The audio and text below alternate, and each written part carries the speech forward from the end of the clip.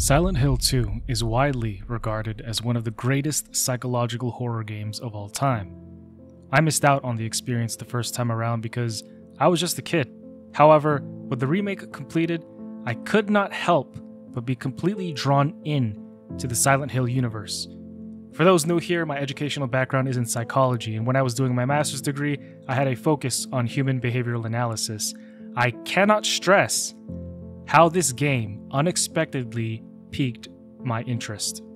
At the center of this horror game is James Sunderland, a broken man haunted by his guilt, trauma, and inner turmoil. While the town of Silent Hill has a dark, mysterious past, what makes it special is how it manifests and feeds off the psyches of those who visit. For James, Silent Hill becomes his own personal brand of nightmare, a manifestation of his inner mind, bringing to life his suppressed emotions, guilt, and unresolved trauma. In this video, we're going to explore James Sunderland's psychology, examining the mental conditions that he suffers from, including repressed sexual desires, how Silent Hill connects with his mind, some of the lore of Silent Hill, the psychologies of some of the other characters in Silent Hill 2, and how the monsters in this game reflect different aspects of James's psyche. In order to fully appreciate the psychological depths of Silent Hill 2, we're also going to draw upon real-world psychological theories from Sigmund Freud, Carl Jung, and Abraham Maslow. And with that, we can explore how the game's developers were inspired by their concepts and their psychoanalytic theories. Finally, we'll dive into the scientific reasons as to why it's critical to face trauma and what happens if we deny it.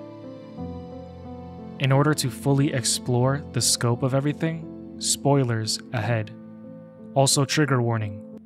James arrives in Silent Hill after receiving a letter from his deceased wife, Mary, telling him to meet her at their special place.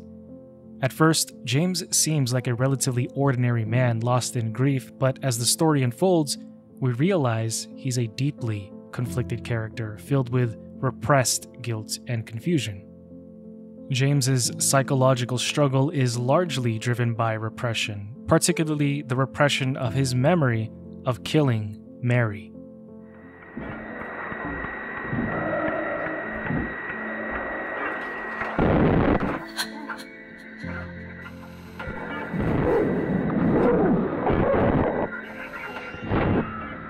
Memory repression is a defense mechanism often used by individuals who have experienced overwhelming trauma or guilt.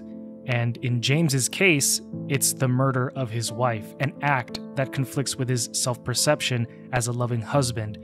It is so emotionally devastating that his own mind buries it deep within his unconscious. James unconsciously chooses to forget the event because fully acknowledging it would cause intense psychological distress. Repression is a concept introduced by Sigmund Freud, who argued that individuals often push painful or shameful memories out of conscious awareness to protect the self from emotional pain. However, Freud believed that these repressed memories continue to influence behavior even though the individual is not consciously aware of them. For James, the act of euthanizing Mary becomes a repressed memory buried under multitudes of layers of denial and self-deception. James doesn't just forget, he reconstructs his reality to avoid facing the truth. Men will really do anything except go to therapy. Silent Hill actually plays a crucial role in breaking through this repression, as the town forces James to confront parts of his mind that he's long suppressed. As James's journey progresses, Silent Hill chips away at his defenses, gradually revealing the truth about Mary's death and James's role in it. James's repressed memory of killing Mary serves as a way to protect his psyche from being overwhelmed by guilt and shame. Cognitive dissonance, it's the mental discomfort experienced when holding two conflicting beliefs. It plays a significant role here with James. You see, James wants to see himself as a good person, someone who loved his wife. I'm looking for someone very important to me. I can relate. I love my wife. Yet, he also knows on a deeper level that he ended her life. To resolve this dissonance, his mind blocks out the entire memory. Repression allows him to continue functioning, but it comes at a very high cost. The emotional energy tied to the repressed memory, it doesn't simply vanish, it manifests itself in other ways, through guilt-ridden behavior, emotional numbness, and the disturbing creatures he encounters in Silent Hill. Denial and dissociation, psychological mechanisms related to repression, also contribute to James's difficulty in processing what he has done. Silent Hill represents a confrontation with his repressed truth, and upon finding this truth, I thought it was a bit unclear as to why James killed Mary, but towards the end, James ultimately reveals that he, quote-unquote, hated his wife for being diseased. The truth is, I hated you. I wanted you out of the way. I wanted my life back. He became disgusted with the angry, sick, and depressing version of Mary, who was unable to do anything with James. She would even lash out at him because she was angry with how unfair her situation was. And all I can think about is how unfair it is. When I first learned I was gonna die, I couldn't accept it. I was so angry. I struck out at everyone I loved. Especially you. And that's why I understand if you hate me. But I want you to know, I will always love you. James's decision to kill Mary is the central conflict of Silent Hill 2, and attempting to understand why he did it requires us to delve deep into the layers of guilt, shame, frustration, and love that makes up his character. You see, on the surface, James claims to have deleted Mary out of mercy, to end her suffering from a terminal illness. However, the psychological reality is far more complex, revealing deeper, darker motivations beneath the surface. From James's perspective, his actions could be framed as an act of mercy. Mary was suffering from a debilitating terminal illness that caused her immense physical pain and emotional distress. Her bedridden condition also left James as her primary caretaker, and over time, this role took a heavy toll on him. He felt powerless to help the woman he once loved, and witnessing her suffering led him to believe that her ending would be an act of compassion. However, Silent Hill 2 does an honest-to-God good job at challenging the simplicity of this narrative. As the game progresses, it becomes clear that James was not entirely motivated by love or mercy. His feelings of resentment, frustration, and guilt played significant roles in his decision. Mary's illness not only consumed her life, it also consumed James's. Her deteriorating condition meant that the woman James once knew, vibrant, loving, and affectionate, had become distant, angry, sexually, and emotionally unavailable. James's sexual frustration, which is represented by predominantly two monsters in the game, such as the mannequin and the nurse, shows that he felt cut off from Mary emotionally and physically.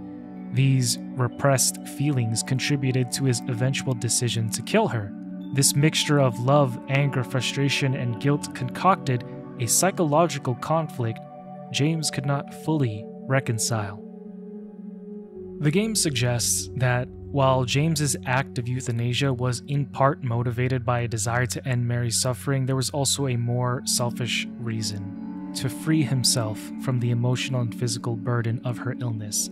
Silent Hill forces James to confront the real and uncomfortable truth of his decision, that it wasn't purely altruistic, it was driven by his need to escape his own suffering. And if you take a step away from the video game and take a look at your own life, yes, you, watching or listening to this, imagine if you were in this situation, faced with the same type of suffering that James and Mary went through. If your wife or husband became terminally ill, how would you handle this? Because the reality is, it's easy to say in sickness and health when you're getting married, but when push comes to shove, the burden isn't easy. I'm not saying to handle it in the way that James and Mary did in Silent Hill, but I say this to try and convey a harsh point in the hopes that you can kind of gain a sense of how real this experience could be.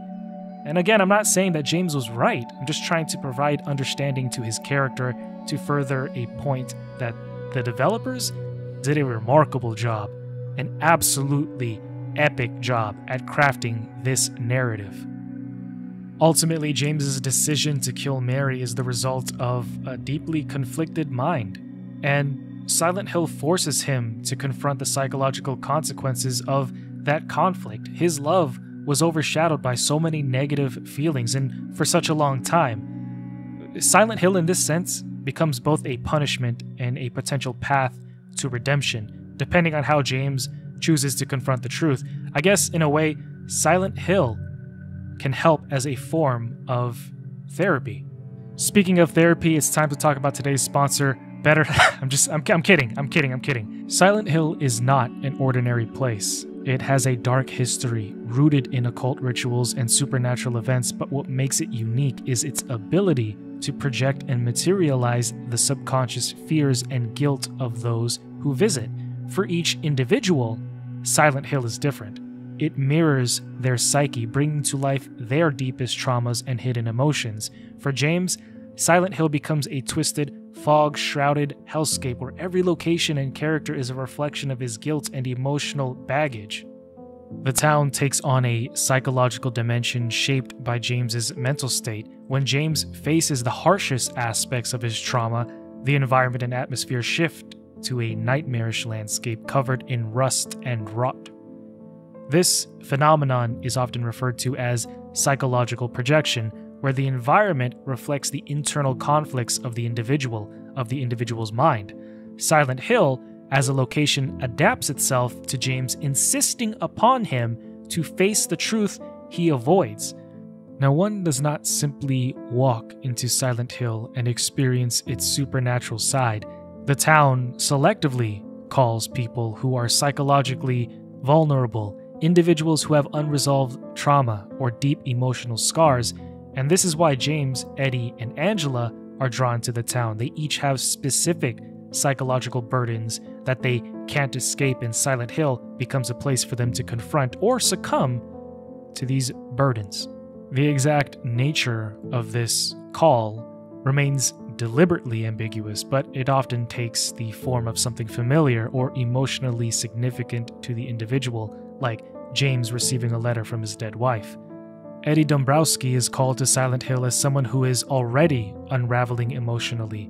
Eddie's entire life has been marked by bullying, ridicule, and a deep sense of being wronged by society. He harbors intense resentment and anger towards those who have hurt him, but rather than facing his feelings or working through them, he internalizes his pain and begins to lash out violently. Eddie's arrival in Silent Hill is driven by his overwhelming need to justify his actions and escape the guilt he is feeling for what he's done. And we can get a better sense of all of this during our freezer room fight with him. His dialogue, he talks about how he hurt a dog and how he hurt another person, and how a lot of this stems from other people hurting him. I think Eddie came to Silent Hill to seek a place where he can feel justified and powerful. Silent Hill calls to him because it reflects his denial and self-deception. The town gives Eddie the space to construct a narrative in which he is the victim and everybody else deserves his rage. Silent Hill amplifies his self-vindication, allowing him to sink deeper into violence without feeling responsible for his actions. In Silent Hill, Eddie can exist in a world where he can rationalize his violent outbursts as self-defense. In Eddie's mind, everybody's mocking him or threatening him, and his anger is justified. This psychological denial becomes increasingly dangerous as Eddie spirals further into madness, culminating in his violent final confrontation with James.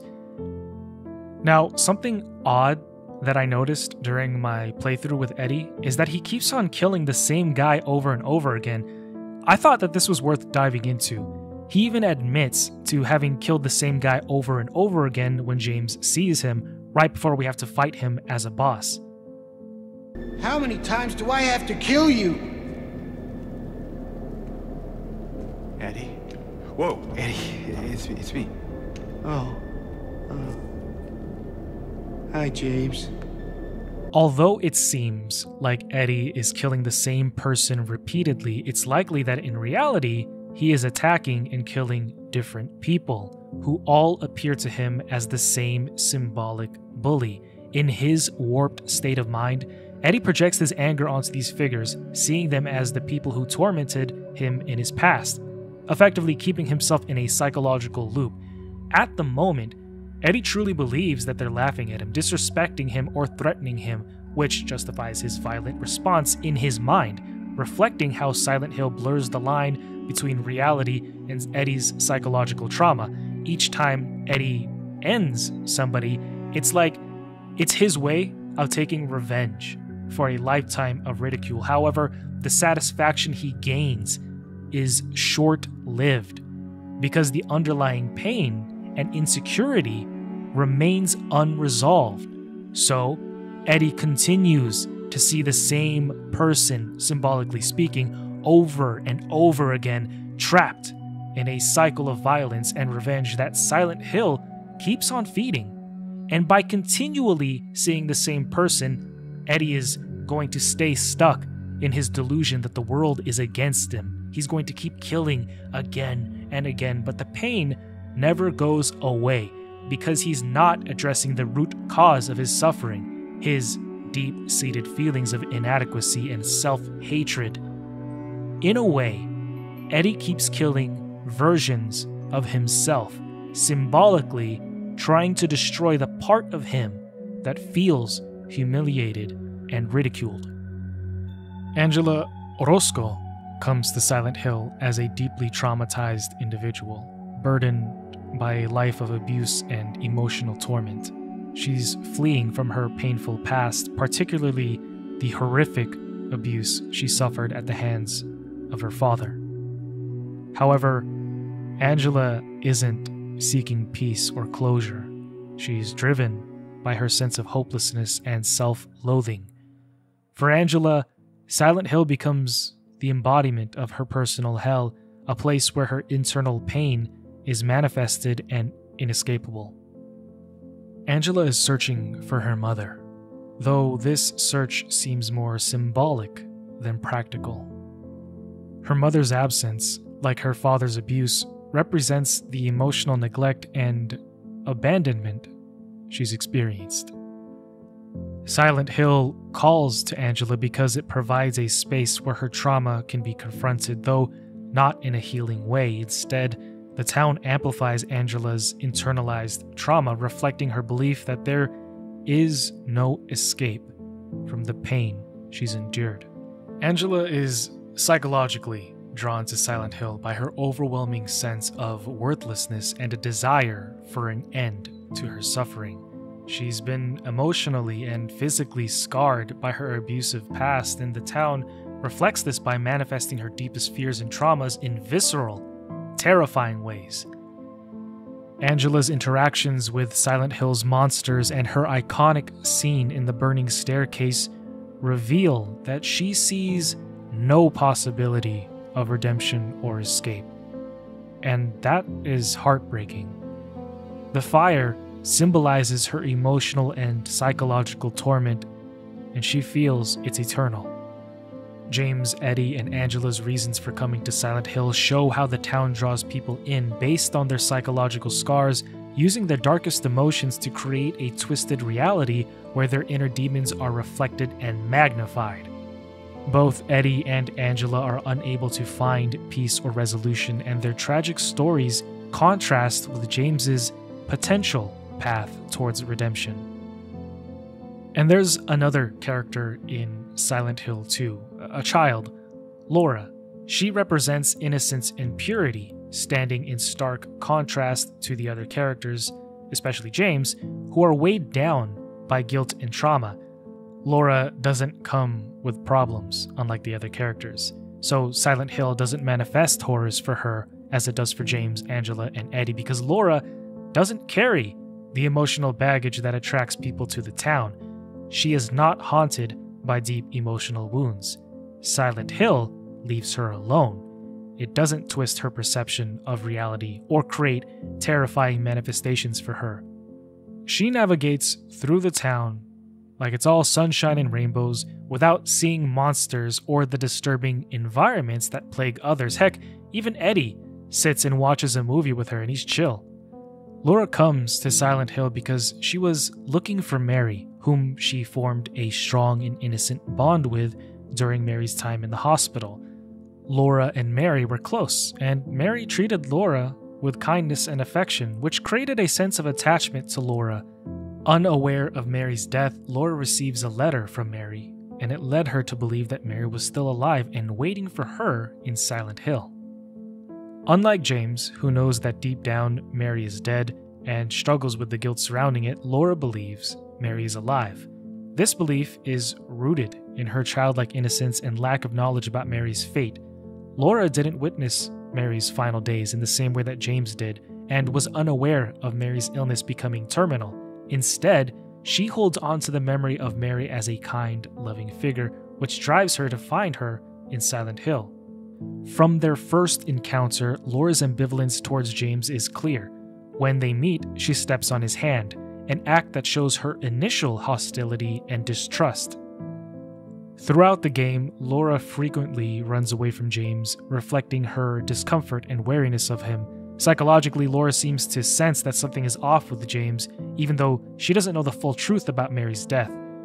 This innocence makes Laura a pivotal figure, as she represents the hope and purity James has lost.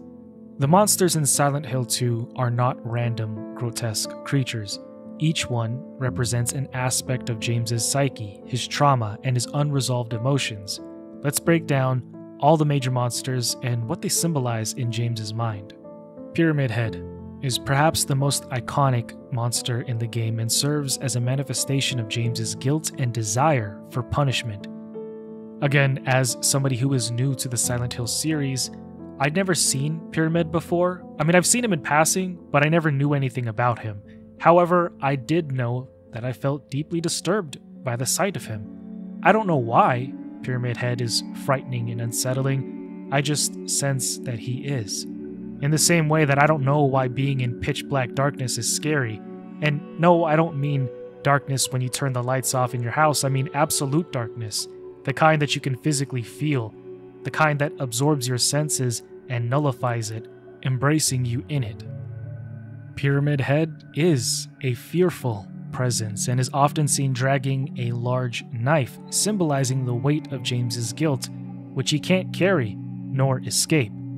Pyramid Head also kills other creatures, which can be interpreted as James's subconscious attempt to punish himself for what he did to Mary. The violence and brutality associated with Pyramid Head reflect James's inner self-loathing and his desire for retribution. Alright, it's time to talk about sex for educational purposes. And jokes aside, I firmly believe it is academically important to have this discussion. I've not seen anybody yet investigate this aspect of James Sunderland, and it is extremely important to discuss this as it pertains to the human mind because it is quite literally one of the main things that humans operate on. Think about the Trojan War, or think about the lengths that you've gone to earn the love of a woman or men. Sex is physiologically hardwired into the threads of our DNA. We need to acknowledge this fact to better understand human behavior, and for James, it illustrates how imperfect he is.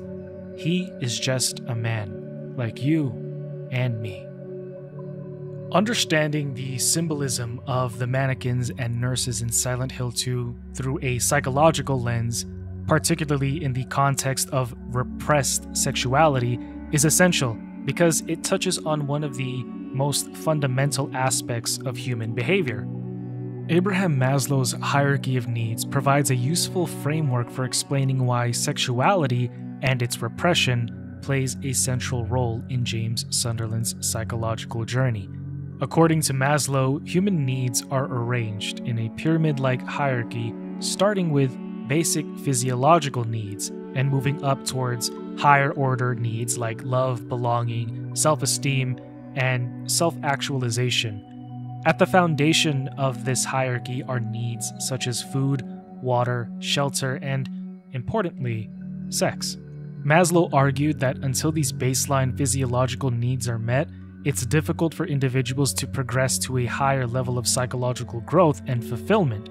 In Silent Hill 2, James's struggle with repressed sexual desires embodied by both the mannequins and nurses reflects his unmet physiological needs, specifically his sexual need for intimacy and connection with Mary. During Mary's illness, James's basic need for sexual intimacy was left unfulfilled, leading to frustration, resentment, and guilt. According to Maslow's theory, these desires are foundational for a person's well-being. When these needs go unmet, it creates a psychological imbalance, which in turn, in James's case, manifests as repression, emotional turmoil, and distorted perceptions of Mary. Sexuality is often overlooked or stigmatized in discussions of psychological well-being, but Maslow's hierarchy reminds us that it is a crucial part of the human experience, integral to achieving overall psychological health. Ignoring these basic needs or failing to address them leads to a multitude of detrimental effects, just as we've seen with James in the game. By discussing the mannequins and nurses in terms of their sexual symbolisms, we're not merely focusing just on the surface-level themes of desire or guilt. We are now profoundly examining how unmet physiological needs can distort the psyche and lead to psychological downfall. Okay, so you might be wondering, what is the difference between the mannequins and the nurses if they both represent James's repressed sexual frustrations? Well, they do so in different psychological contexts, and we're going to dive into that. By applying Freud's psychoanalytic theory, we can better understand the distinctions between these two manifestations of James's subconscious. Freud emphasized that unresolved sexual tensions, if repressed, lead to psychological conflict, which often manifests symbolically, such as in dreams or behaviors. In Silent Hill 2, these repressed desires externalize as disturbing monsters. In Freudian terms, the mannequins can be seen as representations of James's id, the part of the psyche driven by the instinctual desires and sexual impulses.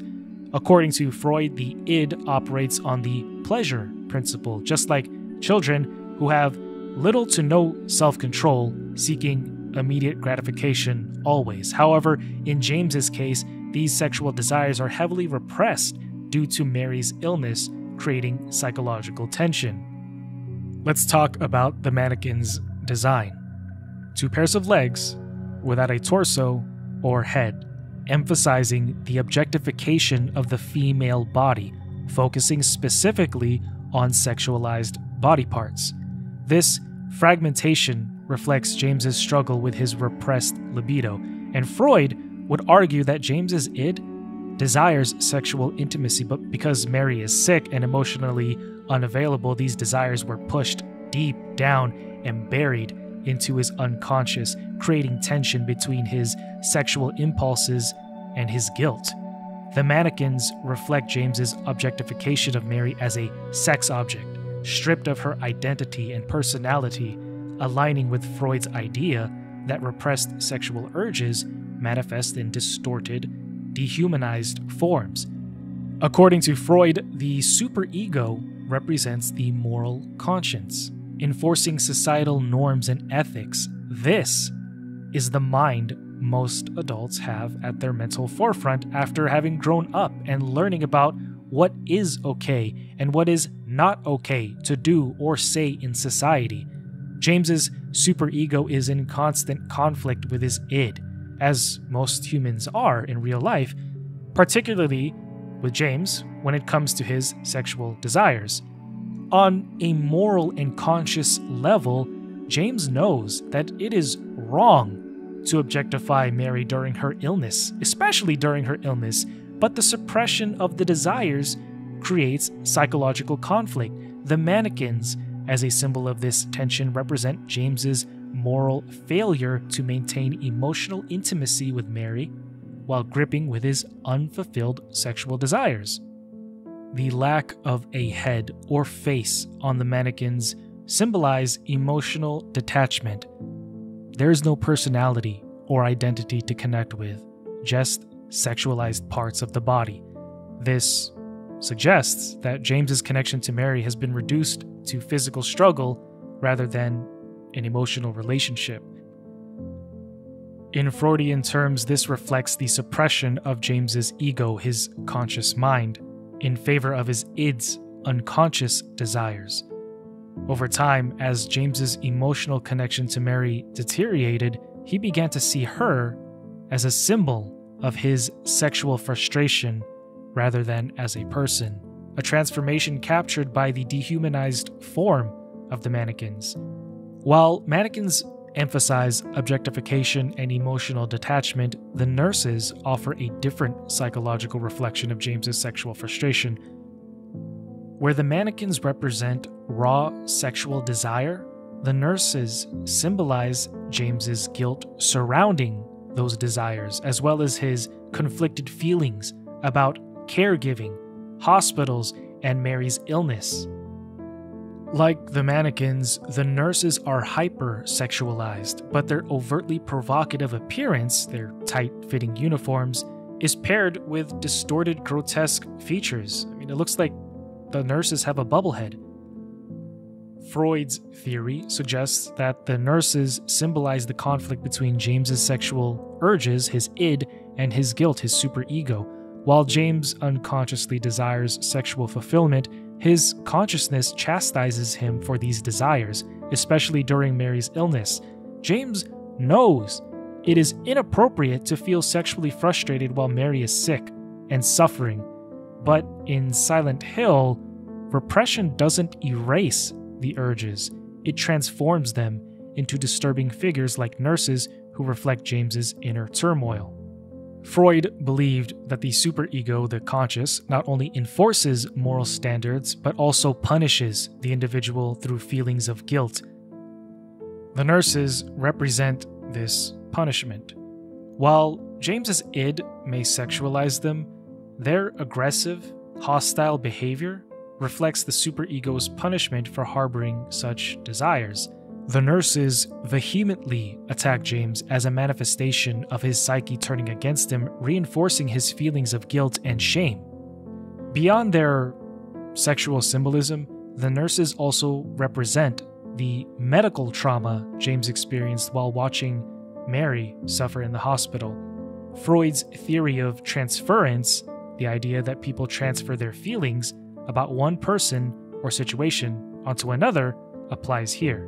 James's feelings of helplessness, frustration, and fear surrounding Mary's illness are transferred onto the nurses, turning them into figures of terror rather than care.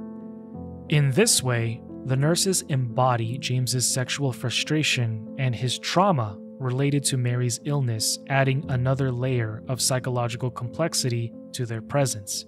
While both the mannequins and nurses are rooted in James's repressed sexuality and guilt, their differences reflect distinct aspects of his psyche. The mannequins, with just all legs, are all about objectification and how James started seeing Mary differently as her illness progressed. Instead of seeing her as the woman he loved, his sexual frustration made him view her more like an object, something he desired but also resented. The mannequins show James's most basic, raw sexual urges, desire, without any real connection or emotion. The mannequins are all about James's repressed sexual desires. They're purely sexual creatures, highlighting how his frustration with the lack of intimacy turned into something dark. His sexual desires became a burden, twisted by guilt and resentment. On the other hand, the nurses represent the guilt James feels about those desires. They're still sexualized, but their twisted and violent appearances reflect James's shame around the entire situation. It's like his mind is punishing him for having those sexual thoughts while Mary is dying. Also, Note how Pyramid Head handles the mannequins, but we don't ever see him touching the nurses. The nurses symbolize the internal struggle between his sex urges and the guilt for feeling those urges towards his sick wife. Of the two, I think the nurses are more complicated for James, because in real life we see nurses as healers and caregivers, but with James's intricate situation, it twists nurses into something terrifying, reflecting how James's resentment and trauma mixed with his experience of watching Mary's decline. Together, these monsters reveal the complexities of James's inner conflict, where repressed desires, guilt, and trauma intertwine to create a distorted reality in Silent Hill. Both sets of monsters are essential to understanding the different facets of James's repression and guilt, but their psychological roots are distinct. One rooted in objectification and detachment, that's the mannequins, and the other, the nurses, in guilt and trauma.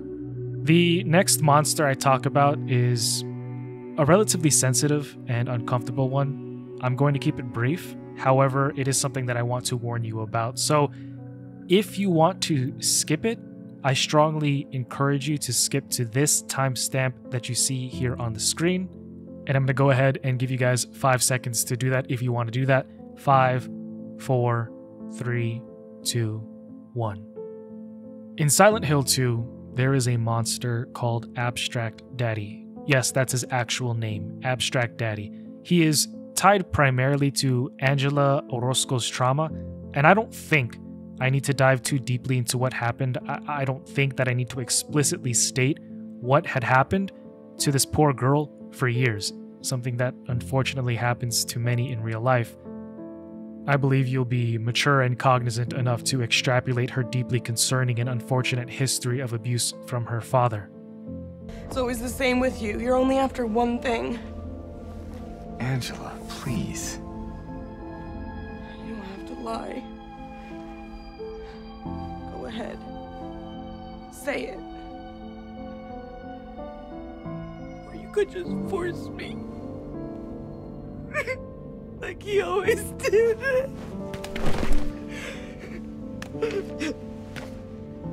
The creatures form a twisted, suffocating bed-like structure with one body seemingly forcing itself on top of and holding down the other, as the one on the bottom is struggling to be free. This symbolizes Angela's past abuse, but it also serves as a broader metaphor for helplessness and the suffocating weight of trauma.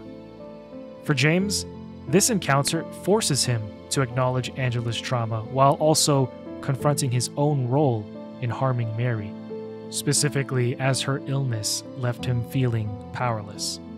In the game, lying figures are these creatures encased in a straitjacket-like skin, fighting and viciously struggling to get out. These are manifestations of both James's repressed emotions and Mary's suffering.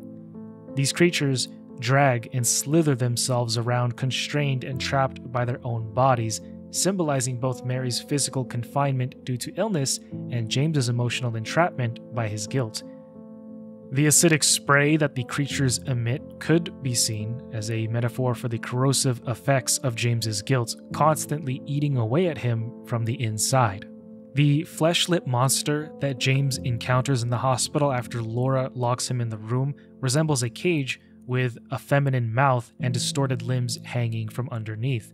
This creature symbolizes Mary's imprisonment both physically and emotionally during her final days in the hospital.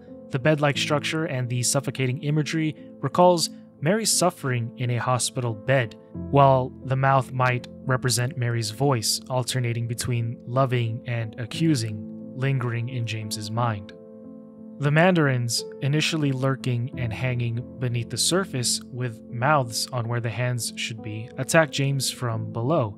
Their position beneath the ground reflect how James has buried his feelings deep within his subconscious, keeping them out of direct reach but still capable of harming him. However, as the game progresses, these creatures emerge from below, signifying how James's suppressed emotions can no longer be contained and are starting to surface.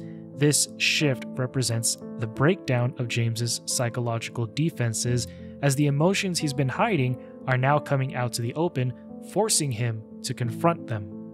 When the Mandarins rise to face James directly, like when one breaks through the walls in the hotel and we have a boss fight, it mirrors how his guilt is becoming impossible to ignore.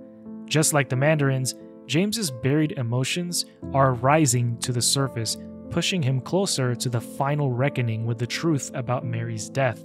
The progression of the Mandarins from hidden threats to direct confrontation highlights James's journey from repression to facing his darkest realities. In the Leave ending, which is the one that I got, James initially believes that he's confronting Mary, but soon realizes that it's actually Maria, the idealized version of his wife that Silent Hill has been manifesting throughout the game. Maria, who represents James's desires for a version of Mary who was alive, healthy, and affectionate, has taken on a monstrous form.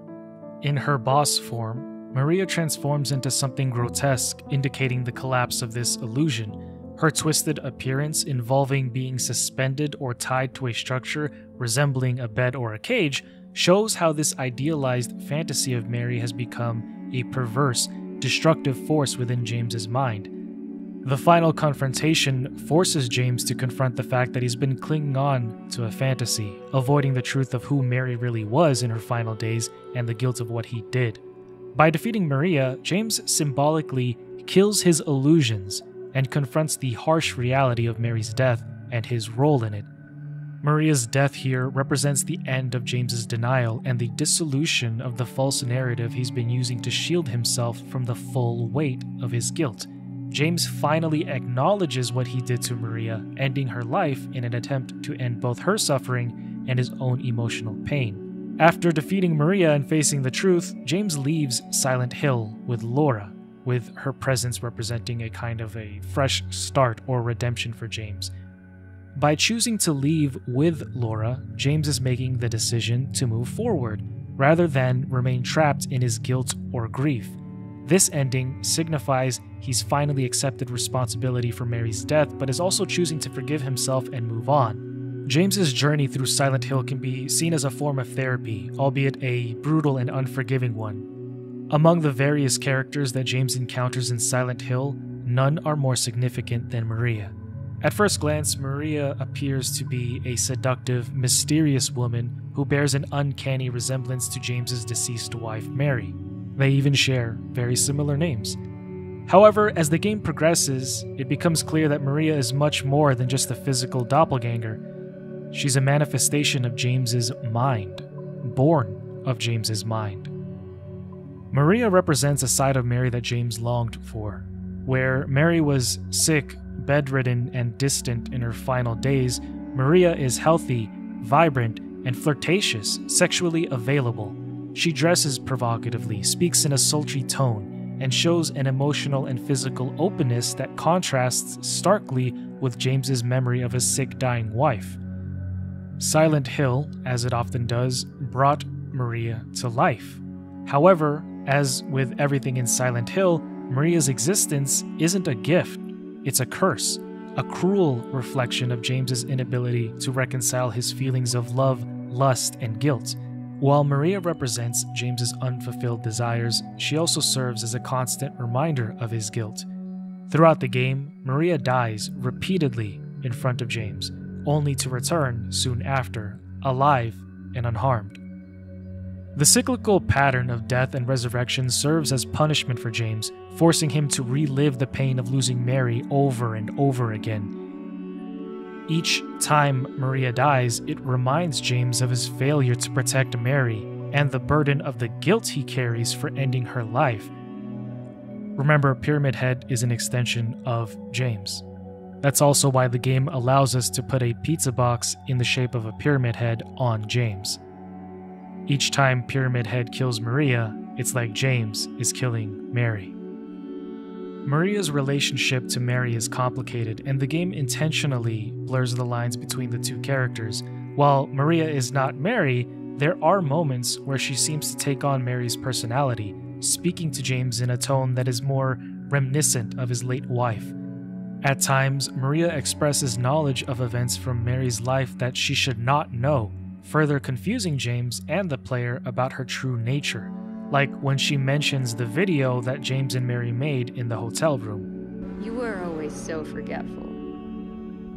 Remember that time in the hotel? Maria? You said you took everything. But you forgot that videotape we made. I wonder if it's still there. This blending of identities speaks to James's internal conflict. In Maria, we see James's desire for a version of Mary who isn't burdened by illness, while in her moments of vulnerability, we see parts of James that can't escape his guilt over Mary's death. In the final stages of the game, Maria's true purpose becomes clear. She's not just a seductress or a tool of torment, she's the key to James's self-discovery. She acts as a guide, leading James deeper into his unconscious mind and forcing him to face the truth about himself.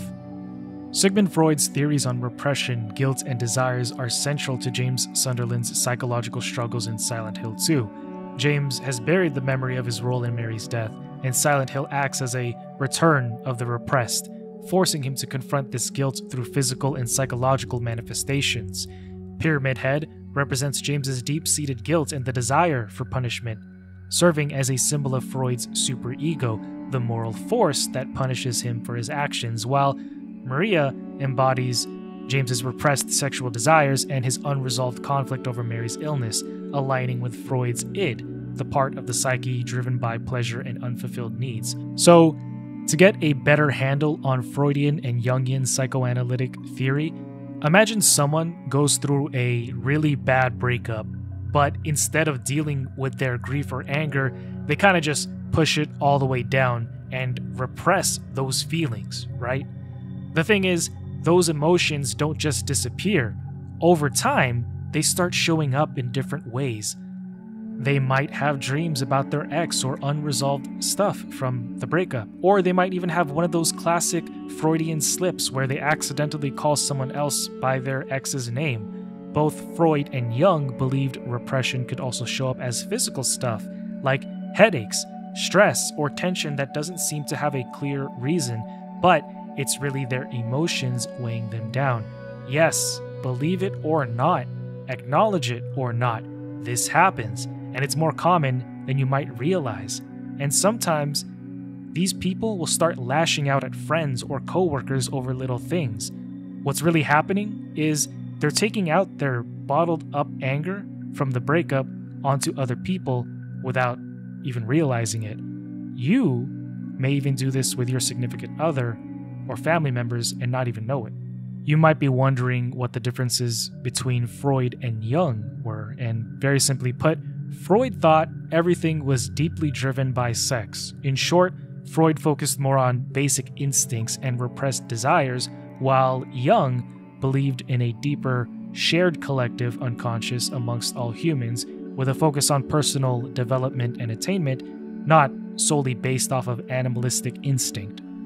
Carl Jung expanded psychoanalytic theory to explore deeper archetypes and the journey of the individual towards self-realization. One of Jung's key concepts, which is highly relevant to Silent Hill 2, is the shadow, the dark hidden aspects of personality that the individual refuses to acknowledge or integrate into their conscious self. For Jung, the shadow contains parts of ourselves that we reject because they're too painful or morally unacceptable.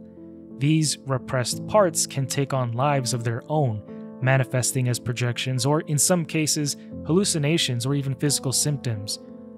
The whole town of Silent Hill manifests the psyches of those who enter it, and it could be seen as the physical embodiment of the shadow. Pyramid Head, in Jungian terms, is the personification of James's shadow, the violent, repressed aspects of his psyche that he refused to acknowledge. This darker part of James represents his capacity for violence, his suppressed rage, and his desire for punishment. Another key Jungian concept at play is the anima, the feminine aspect of a man's psyche. For Jung, the anima represents a man's inner emotions, creativity, and connection to the unconscious. Jungian psychoanalysts can view Maria as an embodiment of James's anima. She represents not only James's repressed desires, but also his emotional connection to Mary, his guilt, and his conflicted feelings about her illness and death. From the Jungian perspective, Silent Hill can be seen as a place of individuation, a dark, psychological landscape where individuals are forced to confront their shadows and integrate it into their conscious selves. For James, the town becomes a manifestation of his personal unconscious, filled with symbols and archetypes that represent his guilt, desires, and his need for redemption. Whether James can successfully integrate these repressed parts of his mind and achieve some form of psychological wholeness depends on the player's actions through the game. The multiple endings reflect different psychological outcomes, ranging from acceptance and redemption to denial and continued repression.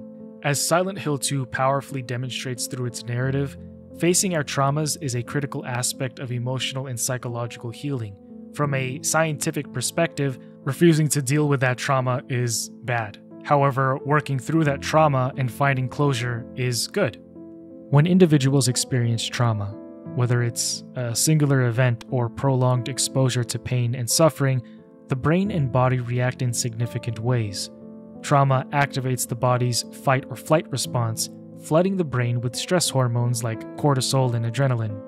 This response is adaptive in the short term, helping us survive dangerous situations. That is its physiological imperative, but when trauma isn't processed or resolved long term, the body and brain remain in a heightened state of alertness, causing lasting psychological and physiological damage. According to Bessel van der Kolk's work, The Body Keeps Score, unresolved trauma biochemically molds the body and brain to stay in fight or flight. But remember, humans are not meant to stay in fight or flight mode for extended periods of time. Historically, this mode functions as a human survival instinct, giving us short bursts of power to either fight what's trying to kill us or run from it. One of the most critical studies on the long-term effects of unresolved trauma is the Adverse Childhood Experiences, or the ACE study, conducted by the CDC and Kaiser Permanente in the late 1990s. This study found a strong correlation between adverse experiences in childhood, such as abuse, neglect, and household dysfunction, and an increased risk of mental health issues, chronic diseases, and even early death in adulthood. The ACE study revealed that individuals with high levels of unresolved trauma are at a significantly higher risk of developing mental and physical health issues. You see, facing trauma, engaging with and processing painful memories and emotions is crucial for overall health. Don't be like Eddie and James. Don't deny your traumas. You gotta face the monsters within. I would actually, theoretically, be interested to see what sorts of monsters present themselves to me if I went to Silent Hill. Now, of course, I would never actually be curious to go, but it's an interesting thought. What about you? What monsters would show up for you? Silent Hill 2 is a masterpiece in psychological horror that delves deep into the human mind, and I can see why it was heralded as the best psychological horror game, because there's actually a lot to bite into. I was pleasantly surprised. The game becomes more than just a story about a haunted town. It's a profound exploration of the consequences of repression and the necessity of facing our traumas head-on. Through James Sunderland's journey, we see the destructive power of unresolved guilt and the monsters that it creates, both in the mind and in the world of Silent Hill. However, we also see the potential for healing and redemption if we can confront our darkest truths. Thank you for watching this deep dive into the psychology of James Sunderland and Silent Hill 2. Also, shout out to Nub Zombie for his video on the Silent Hill iceberg. It helped me to understand and formulate some points in this script. If you enjoyed the video, don't forget to like and subscribe, and share your thoughts with the class in the comments down below. What are your interpretations of James's psyche? How do you think that Silent Hill shapes his mind? Let's keep this discussion going.